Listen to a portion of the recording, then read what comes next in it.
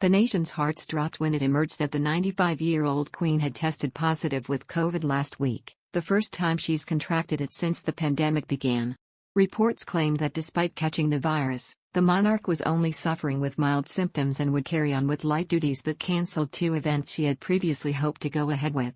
World leaders, including Boris Johnson, the Australian Prime Minister and the US President, sent good wishes to the Queen, and her son Prince Charles thanked members of the public for a flood of get-well cards she'd received.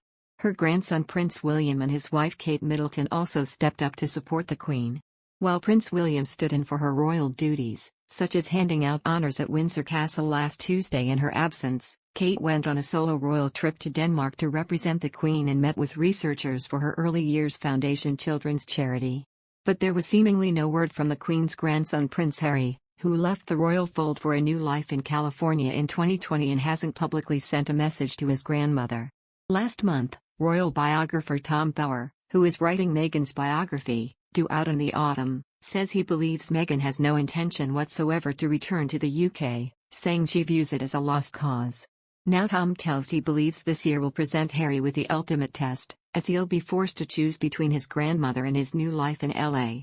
Tom says, the next few months will be the ultimate test for Harry, the ultimate dilemma.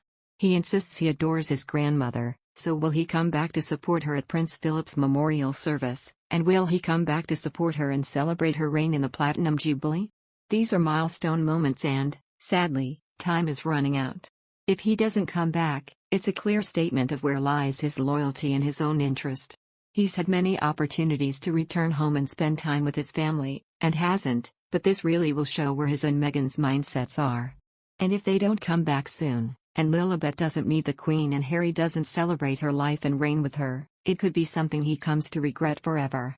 Jaws dropped when, last autumn, it emerged that following Harry and Meghan's bombshell interviews last year, Harry would be writing a tell-all memoir out later this year, which he said will be wholly truthful and written as the man I have become. The book deal was signed with Penguin Random House, which is said to have paid Harry around £14 million in advance. And Tom now says that he believes it will be so explosive, it's part of the reason Harry is reluctant to come home to the UK and face his family. Tom says, I personally think he won't come back this year. I think the notion that he's worried about his own security and needs the Met Police is an excuse, and that, sadly, we won't see him or Meghan back in the UK anytime soon. And I think Harry won't come back because he knows he cannot face his family, and be pleasant with him, knowing what he's written about them in that book. That book will have a lot of casualties and cause a lot of hurt. It will really deliver, as Harry knows it has to justify the money he's been paid to do it. How can Harry come back and pretend it's all fine? The worst of what he will say is yet to come.